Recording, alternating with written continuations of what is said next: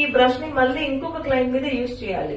అలాగే డైరెక్ట్ గా తీసి పెట్టకూడదు. That is not hygienic. Makeup artist ఎప్పుడు ఆ మిస్టేక్ ని చేయమాకండి. క్లీన్ చేసిన తర్వాతే క్లీన్ బ్రషెస్ ని మనం క్లయింట్ మీద యూజ్ చేయాలి.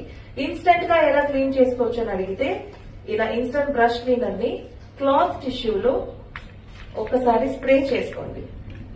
సో మీ బ్రష్ ని ఇలా రబ్ చేశారంటే మీ మేకప్ ప్రోడక్ట్ రిమూవ్ అయిపోతుంది. ఇది మీకు మీ బ్రష్ ని శానిటైజ్ కూడా చేసేస్తుంది. బ్యాక్టీరియా అంతా క్లీన్ చేసేసి శానిటైజ్ కూడా చేసేస్తుంది. ఇప్పుడు ఈ బ్రష్ చూసారంటే వెట్ గా ఉంటది. ఒక 5 to 10 seconds వదిలారు అంటే ఇన్స్టెంట్ గా డ్రై అయిపోతుంది. సో మీరు ఇంకొక క్లయింట్ కి సేఫ్ గా యూజ్ చేయొచ్చు. ఒకరికి పింపుల్స్ ఉంటది, సేమ్ బ్రష్ ని మీరు ఇంకొకరికి యూజ్ చేసేటప్పుడు పింపుల్స్ స్ప్రెడ్ అవుతుంది.